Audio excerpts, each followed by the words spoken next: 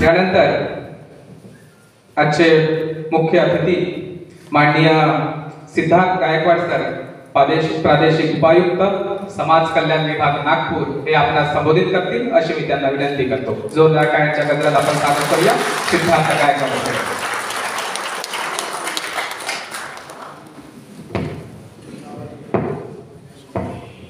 सर्व महामानवांना अभिवादन करतो. या ठिकाणी उपस्थित ज्यांनी अत्यंत प्रॅक्टिकलपणे मार्गदर्शन केलं असे आमचे आदरणीय किशोर मानकर सर, या कार्यक्रमाचे सन्माननीय अध्यक्ष किशोर कांबळे सर, यांनी धर्मनिरपेक्षता आणि सामाजिक न्याय या विषयावरती वास्तविक पाहता त्यांना विषय पूर्ण मांडता आला नाही, परंतु मला वाटतं की त्यांनी मांडण्याचा प्रयत्न केला, परंतु पूर्ण वेळेच्या अभावी त्याला काही मांडता आला नाही. अशा डॉक्टर सरोज डांगरे मॅडम, रवींद्रजी तिरपुडे, या ठिकाणी अनिकेतजी पाटील साहेब, सर्व सन्माननीय उपस्थिती, या ठिकाणी गौतमजी मेश्राम, याचं मनापासून धन्यवाद द्यायला पाहिजे की या कार्यक्रमाच्या माध्यमातून अनेकांचा एक परिचय झाला. कारण पोस्टामध्ये फार सहसा येणं होत नाही आमचं. आमचे सहकारी मित्र यावेळेला ब्रह्मज्योती गजिबे या ठिकाणी होते, त्यावेळेला माझं एकदा कार्यक्रमाच्या निमित्ताने झालं होतं आणि आता हे दुसऱ्यांदा आहे. मला वाटतं की अनेक विषय आहेत की जे मांडले गेले पाहिजे आणि ते मांडण्याचा प्रयत्न मला वाटतं की या महापुरुषाबद्दल या ठिकाणी मांडला गेलेला आहे की ज्यांनी क्रांतीची ज्योत सर्वांमध्ये पेटवली, असे सावित्रीबाई फुले असतील, बिरसा मुंडाजी असतील. तर हे वार्षिक अधिवेशनाच्या निमित्ताने या जयंतीचं औचित्य साधून या ठिकाणी काही विषय मांडले गेलेले आहेत. मी सर्वप्रथम या संघटनेचं मनापासून धन्यवाद देतो. खरं तर बाबासाहेबांच्या संविधानाच्या माध्यमातून जी एक आरक्षण आम्हाला मिळालेलं आहे आणि त्या आरक्षणाच्या माध्यमातून हा या देशामध्ये नोकरी पेशा वर्ग निर्माण झाला. या नोकरी पेशा वर्गाचे जनकच परमपूज्य डॉक्टर बाबासाहेब आंबेडकर. त्यांनी जे आरक्षण दिलं, आरक्षणाच्या माध्यमातून शिक्षण मिळालं आणि शिक्षणाच्या माध्यमातून नोकरीमध्ये जाण्याची संधी या शिक्षित वर्गाला मिळाली. या शिक्षित वर्गाकडून पण बाबासाहेबांनी खूप मोठ्या अपेक्षा केलेल्या होत्या. त्या शिक्षित वर्ग जो काही समजतो, ज्याला समज आलेली आहे, हा शिक्षित वर्ग जाऊन ज्या समाजामधून तो आलेला आहे त्या समाजातील अज्ञान दूर करेल, त्या समाजातील अंधश्रद्धा दूर करेल, त्या समाजाची आर्थिक परिस्थिती जी कमजोर आहे ती दूर करेल. यासारख्या अपेक्षा या शिक्षित वर्गाकडून डॉक्टर बाबासाहेब आंबेडकरांना होत्या. परंतु त्या अपेक्षा खऱ्या अर्थाने पूर्ण झाल्या का, हा एक प्रश्न आजही समाजामध्ये आहे. खऱ्या अर्थाने काही 5%, 10% जे लोक आहेत ते शिकलेले आहेत, समाजामध्ये जाऊन काम पण करतात, परंतु हीच परिस्थिती काही किशोर मानकर सारख्या व्यक्तींची नाही की जे समाजामध्ये जाऊन काम करतात. अनेक शिक्षित होऊन मोठ्या पदावर गेलेले अनेक जण आहेत जे समाजापासून दूर राहण्याचा प्रयत्न करतात. हे पण अनुभव आम्ही बघितलेले आहेत. ज्यांना वाटतं की माझी जात लपली पाहिजे, असे पण अनेक अधिकारी बघितले आहेत की माझी आयडेंटिटी ही कुठेतरी लपून राहिली पाहिजे, मी लोकांसमोर हे झालं नाही पाहिजे की या समाजातून मी आलो. परंतु त्या आरक्षणाचा लाभ घेऊन हा जो वर्ग पुढे आलेला आहे त्या वर्गाची जबाबदारी फार मोठी आहे. हे आरक्षण कसं मिळालं म्हणजे थोडक्यात मी जास्त काही सांगत नाही, पण थोडक्यात सांगतो की ज्या वेळेला सावित्रीबाई फुले आणि महात्मा फुलेंनी या देशामध्ये या शोषित वंचित समाजाला शिक्षणाच्या अभावामुळे त्यांची काय स्थिती निर्माण झाली याचं जेव्हा अध्ययन केलं तेव्हा महात्मा फुलेंनी त्यांचा पण अपमान झाला.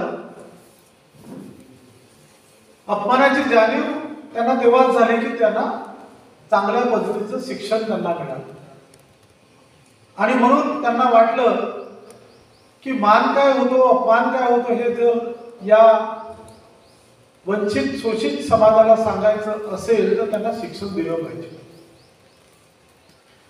मग जेव्हा त्यांना लक्षात आलं तेव्हा या देशामध्ये आता जातीय जनगणना बिहार राज्यांनी केलेली आपल्याला माहित असेल, पण इंग्रजांच्या शासनामध्ये जातीय जनगणना व्हायची. 1881 ला जेव्हा पहिल्यांदा जातीय जनगणना या देशामध्ये झाली तेव्हा त्याचे जे आकडे बाहेर आले की कोणत्या समाजाला किती प्रतिनिधित्व या समाजामध्ये आहे, या देशाच्या शासन प्रशासनामध्ये किती प्रतिनिधित्व आहे. हे जेव्हा आकडे पुढे आले तेव्हा महात्मा फुलेंनी त्यांचं अध्ययन केलं आणि मग 1882 ला जेव्हा हंटर कमिशन आयोगासमोर ते साक्ष द्यायला गेले त्यावेळेला त्यांनी 2 मुद्दे मांडले.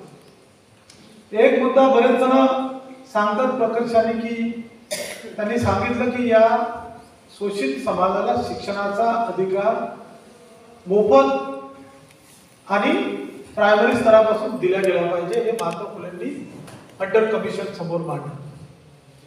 दुसरी एक बाब त्यांनी हंटर कमिशन समोर मांडली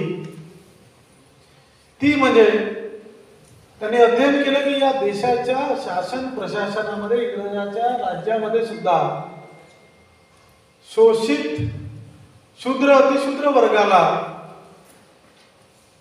1% कमी प्रतिनिधित्व जेव्हा होतं तेव्हा त्यांनी दुसरी गोष्ट मांडली की या शोषित वंचित समाजाला प्रतिनिधित्व दिलं पाहिजे शासन आणि प्रशासनामध्ये. ही दुसरी गोष्ट महात्मा फुलेंनी मांडली. त्याचाच पुढे वारसा घेऊन जेव्हा 1901 ची जनगणना जातीय जनगणना झाली तेव्हा सगळे आकडे छत्रपती शाहू महाराजांसमोर आले.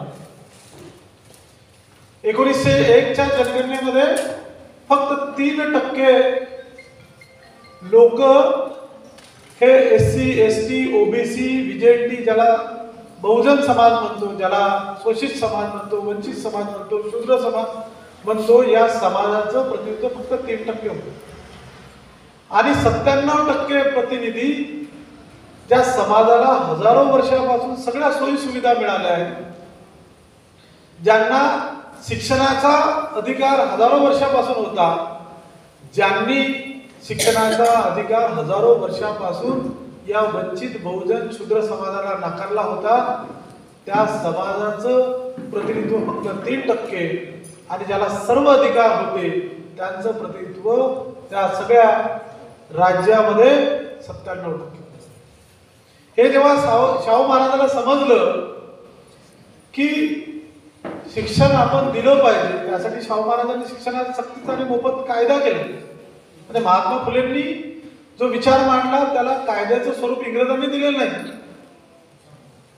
छत्रपती शाहू महाराजांनी आपल्या राज्यामध्ये अध्यादेश काढून सक्तीचा आणि मोफत शिक्षणाचा अधिकार लागू केला आणि सांगितलं की जो पालक आपल्या मुलाला या शाळेमध्ये पाठवणार नाही त्याला कायद्याने शिक्षा होणार, त्याला दंड होणार आणि जो पालक पाठवेल त्याला 1 रुपया शिक्षणासाठी पण द्यायचं.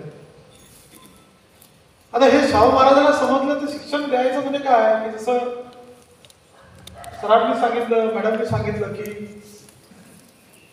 गंगाराम कांबळेचा विषय मॅडमनी सांगितलं तीच परिस्थिती शाहू महाराजांच्या राज्यामध्ये होती की शिक्षण द्यायचं ठरवलं, कायदा केला, परंतु शिक्षण देणारे लोक जे आहेत ते तर उच्चवर्णीय आहे. त्या लोकांना शिक्षण देणार नाही.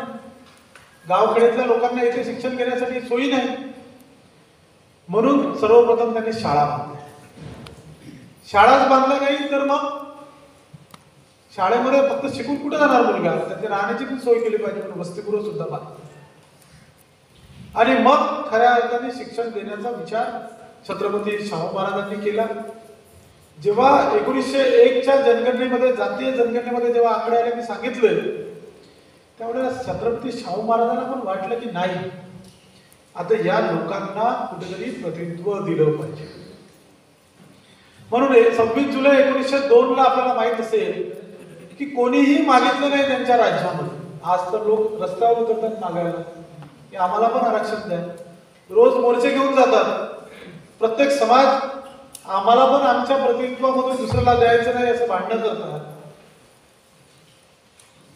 अशा वेळेला छत्रपती शाहू महाराजांनी कोणीही न मागता 50% आरक्षण या शूद्र मानणाऱ्या सगळ्या समाजाला देऊन टाकलं. प्रतिनिधित्व दिलं. जसं आता यांनी संचलनामधून सांगितलं की प्रतिनिधित्व काय असतं. प्रतिनिधित्वाची गोष्ट महात्मा फुलेंनी सुरू केली. छत्रपती शाहू महाराजांनी त्यांना मूर्त स्वरूप दिलं. आरक्षणाचा कायदा बनवला. शिक्षण आणि आरक्षणाचा कायदा बनवला. आणि परमपूज्य डॉक्टर बाबासाहेब आंबेडकरांनी घटनात्मक तरतुदीच्या माध्यमातून आम्हाला प्रतिनिधित्व उपलब्ध करून दिले. आणि म्हणून ते प्रतिनिधित्व मिळाल्यामुळे हा जो समाज आहे, शिक्षित समाज आहे, नोकरीपेशा समाज आहे, हा निर्माण झाला. आणि मग बाबासाहेबांची अपेक्षा ती होती की या समाजाने, ज्या समाजाचं तो प्रतिनिधित्व करतो, इथे सांगितलं संचलन करताना की एक कलेक्टरला जाऊन काय सांगितलं की त्यांनी समाजामधल्या ज्या समाजाचं तो प्रतिनिधित्व करतो म्हणजे आरक्षण मिळालं, नोकरी मिळालं म्हणून, पैसे मिळाले म्हणून विषय संपलेला नाही आहे. हा विषय काही संपलेला नाही आहे. हा विषय इथून सुरू होतो. जो समाज तुम्हाला प्रतिनिधित्व देतो या ठिकाणी, कारण की तुमच्याकडे शिक्षण आहे म्हणून. रिक्षावाल्याकडे शिक्षण नाही आहे, भाजी विकणाऱ्याकडे शिक्षण नाही आहे, मजदुरी करणारा शिक्षण नाही आहे, परंतु तो ज्या समाजाचं प्रतिनिधित्व करतो. आज भारतामध्ये 16% जे रिझर्वेशन मिळते म्हणून तो समाज पण तिथे आहे. अनुसूचित जातीला 67% जे रिझर्वेशन मिळते म्हणजे तो समाज त्या ठिकाणी आहे. त्या समाजातले तुम्ही शिक्षित पुढे आलेले व्यक्ती आहेत की त्या ज्या समाजामधून आलेले आहेत त्या समाजाचं तुम्ही प्रतिनिधित्व करता, स्वतःचं पोट भरण्यासाठी नाही. हे लक्षात ठेवलं पाहिजे. कारण की सगळे आरक्षण लाभान्वित झालेला वर्ग आहे. प्रत्येकाला वाटते की हे जे मला नोकरी लागलेली आहे ती माझ्या परिश्रमामुळे लागलेली आहे. आणि म्हणून हा जो आज समाजाचं प्रतिनिधित्व करणारा जो शिक्षित वर्ग, नोकरीपेशा वर्ग आहे, तो इतका भौतिक सोयी सुविधेमध्ये रममान झालेला आहे की त्याला समाजाचा विसर पडत चाललेला. स्वतःकडे नोकरी आहे, पैसा आहे म्हणून चांगलं घर बांधा, अजून त्याच्यापेक्षा मोठं घर बांधा, छोटी गाडी आहे मोठी गाडी घ्या, सुख सुविधेमध्ये इतका मग्न झालेला आहे की त्याला समाजाची चिंता राहिलेली नाही आहे.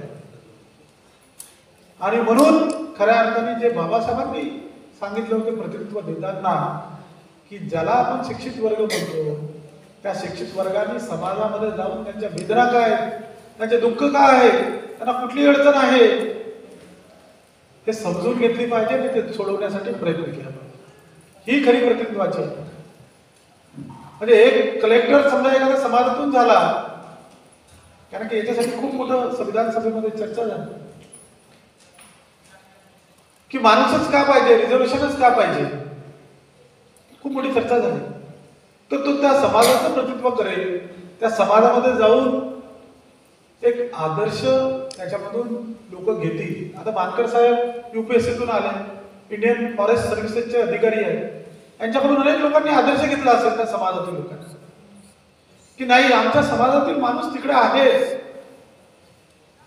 तिकडे गेलो, त्यांच्याकडे गेलो तर कमीत कमी काही नाही काहीतरी आम्हाला मार्गदर्शन मिळेल, काही नाही काहीतरी एखादी मार्ग आमच्यासाठी निघेल, आम्ही एखादे कुठलं काम घेऊन गेलो तर कमीत कमी कोणाला तरी सांगून ते करतील, ही या समाजाची अपेक्षा जो प्रतिनिधित्व करतो त्यांच्याकडून असते.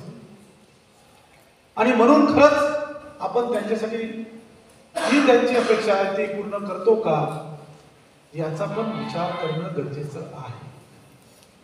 आणि म्हणून खऱ्या अर्थाने जे प्रतिनिधित्वाची गोष्ट बाबासाहेबांनी केली, आज आमची जबाबदारी फार मोठी आहे. आज समाजाचं नोकरी करणे, घरी जाणं, आपल्या कुटुंबासोबत रममाण होणं, बायका लेकरासोबत फिरायला जाणं एवढंच काम नाहीये. त्या समाजाने खूप त्याग केलेला आहे, त्या समाजाने बलिदान केलं आहे.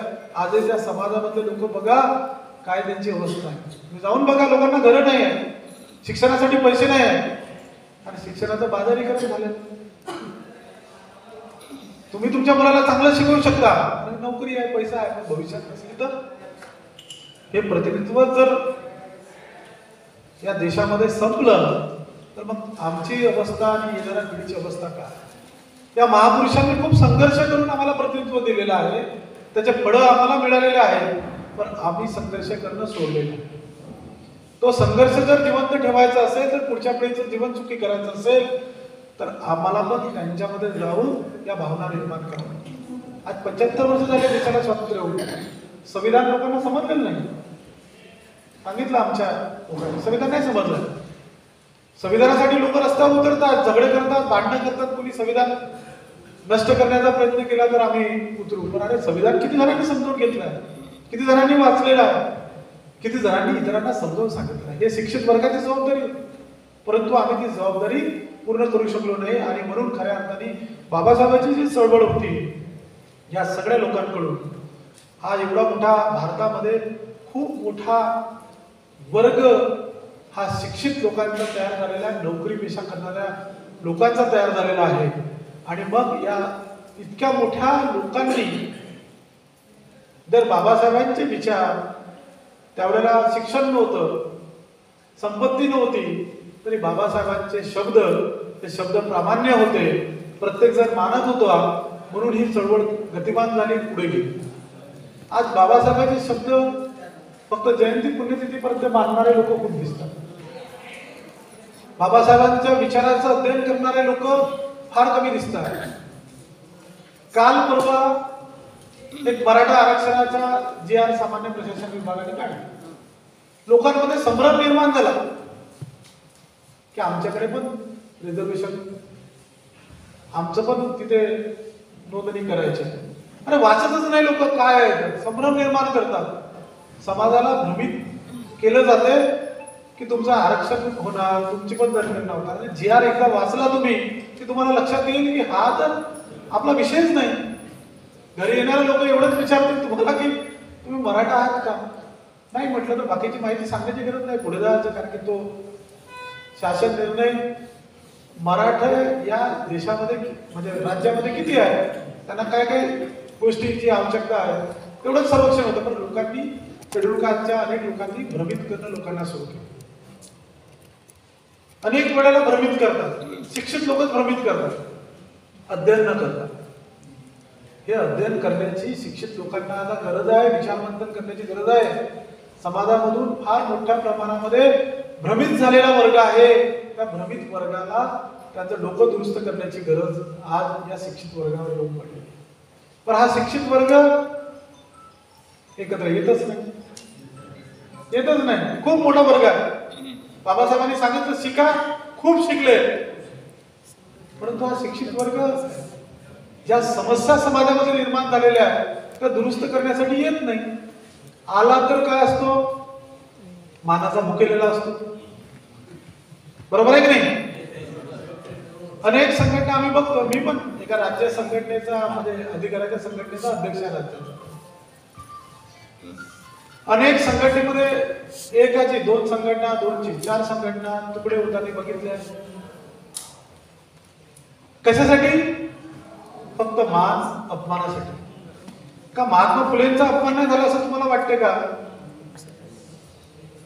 मला खुर्चीवर बसू दिले नाही म्हणून माझा अपमान झाला, माझं स्वागत केलं नाही म्हणून माझा अपमान झाला, मला भाषण द्यायला लावलं नाही म्हणून माझा अपमान झाला, आणि म्हणून मी त्या संघटनेमध्ये काम करणार नाही.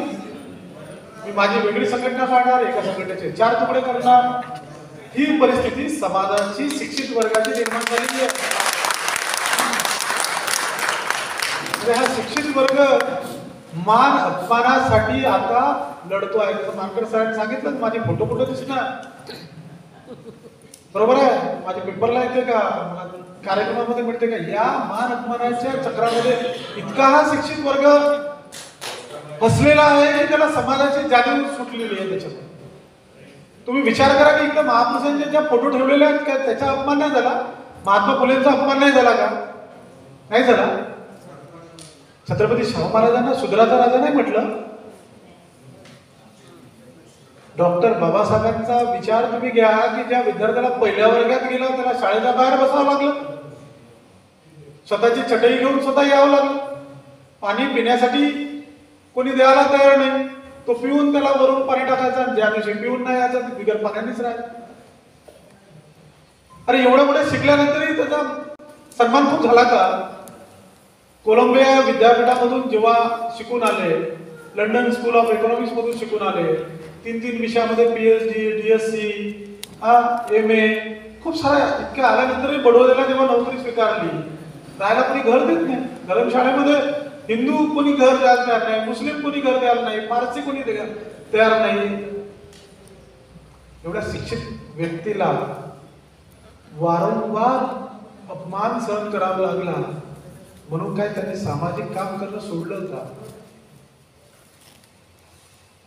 महात्मा फुलेंनी कधी विचार केला असता की नाही नाही नाही माझा त्या वरातीमधून अपमान झाला, लोकांनी मला मारण्यासाठी गुंडे पाठवले, मला घराच्या बाहेरून काढून टाकलं, माझ्या बायकोवरती शेणमाती फेकली, वाटेल त्या गोष्टी त्यांना सहन कराव्या लागल्या, तरी पण त्यांनी सामाजिक काम करणं काही सोडून दिलेलं नाही. छत्रपती शाहू महाराजांसोबत पण पूर्ण आयुष्यभर तसंच झालं, तरी पण त्यांनी सामाजिक काम करून सोडलं नाही. बाबासाहेबांसोबत तेच झालं, तरी पण बाबासाहेबांनी काम सोडलं नाही. मान अपमानाच्या पुढे जाऊन या महापुरुषांनी काम केलं म्हणून आज आमच्यासाठी चांगले दिवस आहे. आणि जर मान अपमानाच्या पुढे जाऊन आम्ही मान अपमानासाठी जिरत बसलो तर खऱ्या अर्थाने या महापुरुषांच्या विचाराचं काम करत नाही, आम्ही स्वतःसाठी वैयक्तिक काम करतो. जेव्हा माणूस स्वतःसाठी वैयक्तिक काम करतो ते काम काही कामाचं नसते, काही दिवसानंतर ते समाजाचं काम असते. जेव्हा तुम्ही सामुदायिक समाजाचं काम करता ते खऱ्या अर्थाने या चळवळीचं कार्य होते. म्हणून तुम्ही फक्त या महापुरुषांना पुढे ठेवून काम करा तर खऱ्या अर्थाने तुम्ही काम करू शकता, अन्यथा काही फायदा नाही या शिक्षणाचा आणि तुमच्या या नोकरीचा. आणि जे काही तुम्हाला द्यायचं ते तुम्ही द्या, कारण की तुमची ऑर्गनायझेशन तुम्ही देऊ शकता. बाबासाहेबांनी जसं मानकर सरांनी सांगितलं की तुमच्या उत्पन्नाचा हिस्सा द्या, अरे तो हिस्सा कशासाठी? तुमच्या फायद्यासाठी नाही, सामाजिक चळवळीला गतिमान करण्यासाठी. एखादी कार्यक्रम घ्यायचा तर याला पैसे लागले असते. अनेक लोक याच्यामध्ये आहेत, इथे तर वामन समुद्र बसलेले आहेत, मी त्यांना बघतो 30-35 वर्षापासून लहानपणापासून सामाजिक चळवळीत रात्रंदिवस काम करतात. अशा लोकांना मदत करायसाठी थोडा हिस्सा जर आपण आपल्या संपत्तीचा जर दर महिन्याला गोळा केला तर मला वाटतं की अशा अनेक लोकांना आपल्याला मदत करता येईल. अनेक सामाजिक चळवळीचे कार्यक्रम राबवता येतील, अनेक संविधानिक बाबीवरती मदत करतील.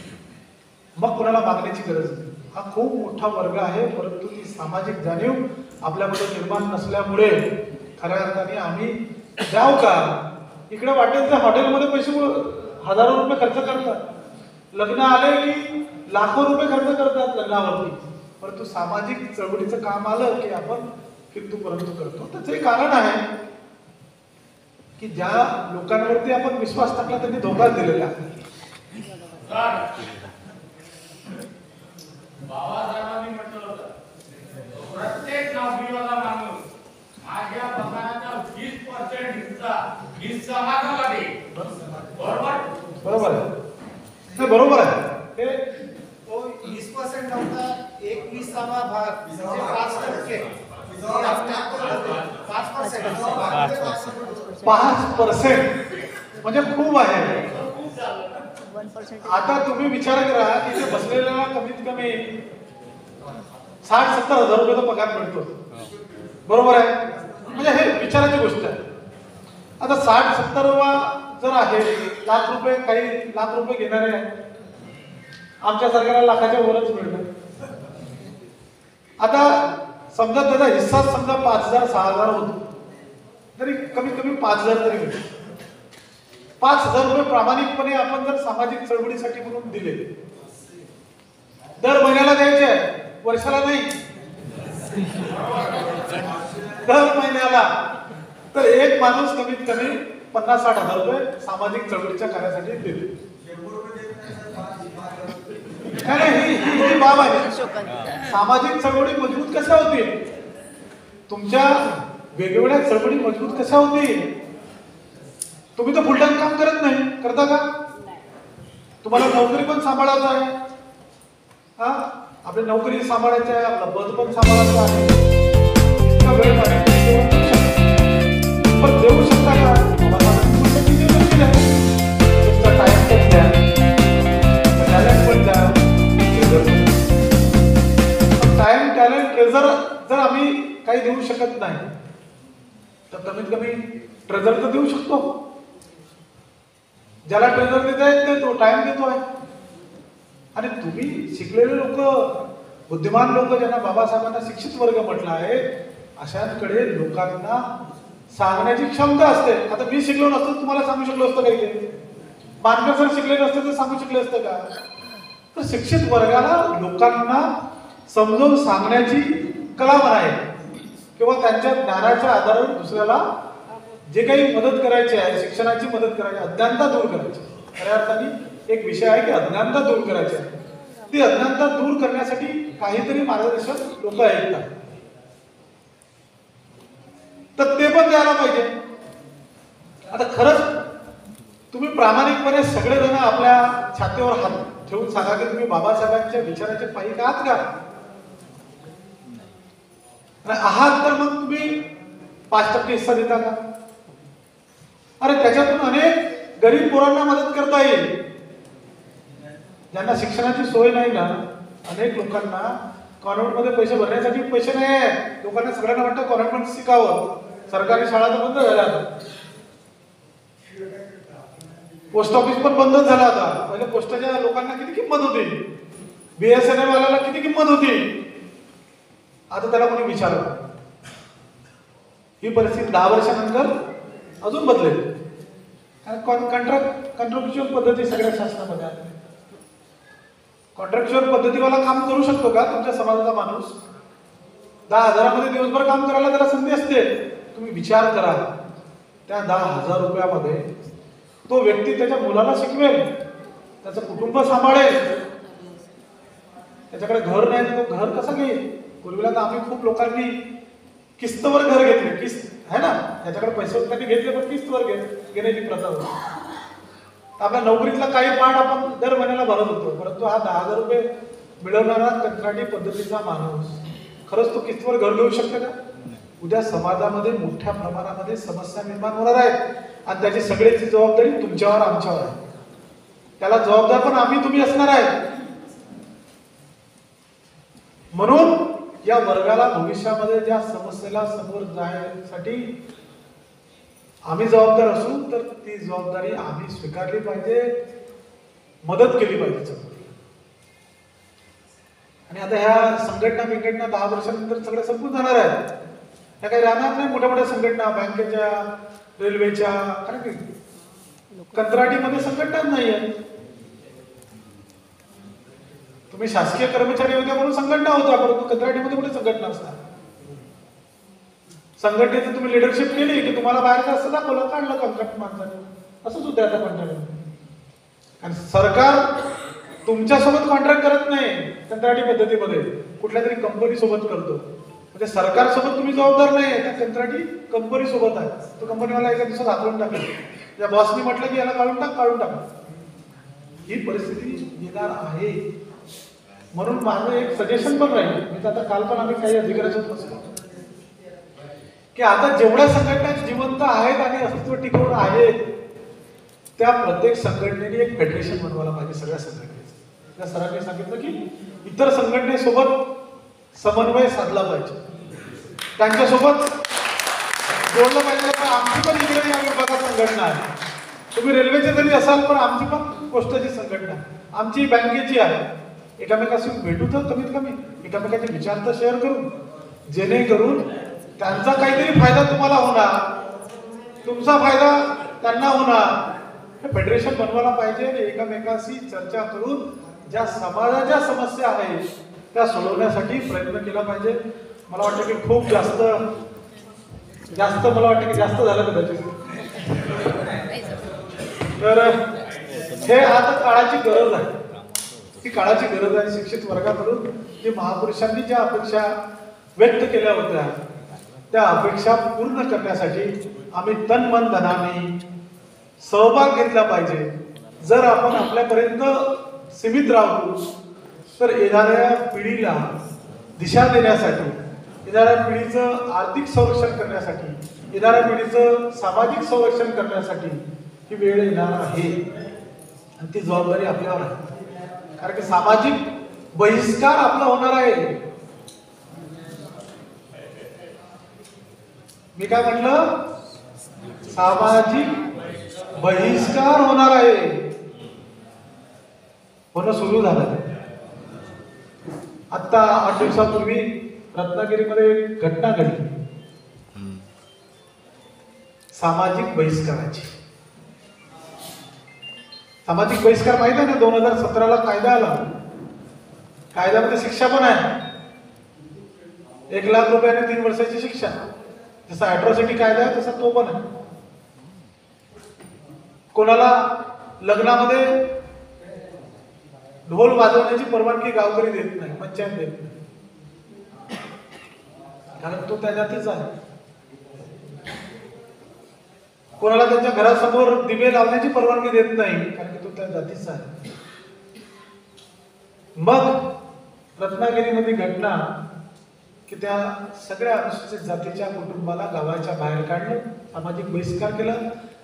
त्यांच्या गावातून पाणी मिळणार नाही, राशनाच्या दुकानातून राशन मिळणार नाही, तिथला न्हावी त्या पोरांची कटिंग करून देणार नाही, कपडेवाला कपडे धुवून देणार नाही, कारण तो त्या जातीचा आहे आणि त्याला तो अधिकार नव्हता, त्याने तो वापरला आणि म्हणून त्याचा सामाजिक बहिष्कार केला गेला.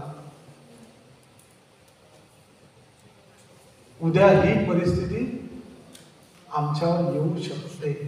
म्हणून आम्हाला एकत्रित राहून एकामेकासोबत, जरी तुम्हाला वाटत असेल की मी माझं मोठी माळी बांधलेली आहे, माझं मोठं घर बांधलेलं आहे, पण ते एका दिवसात काढून घेतल्या जाऊ शकते, ही जाणीव आपल्यामध्ये राहू द्या. आणि म्हणून जो महापुरुषाचा वारसा संविधानाच्या माध्यमातून जिवंत आहे, त्यासाठी आपण सगळ्यांनी मिळून सर्व मतभेद मनभेद सगळे जे काही असतील निवे दावे सगळे विसरून त्या समाजाचं प्रतिनिधित्व करतो, त्या समाजासाठी कार्य करा, ही एक या ठिकाणी आपल्या सर्वांकडून अपेक्षा व्यक्त करतो. आणि मला या ठिकाणी आपण सर्वांनी धन्यवाद देतो. धन्यवाद. जय भीम.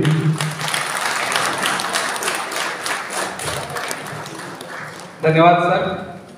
डॉक्टर बाबासाहेब आंबेडकर यांच्या शिक्षिताकडून काय अपेक्षा होत्या, आरक्षण कसं मिळालं, आणि काही लोक म्हणतात की आरक्षण हे आर्थिक आधारावर दिलं गेलेलं पाहिजे, पण सरांनी सांगितली की आरक्षण म्हणजे प्रतिनिधित्व.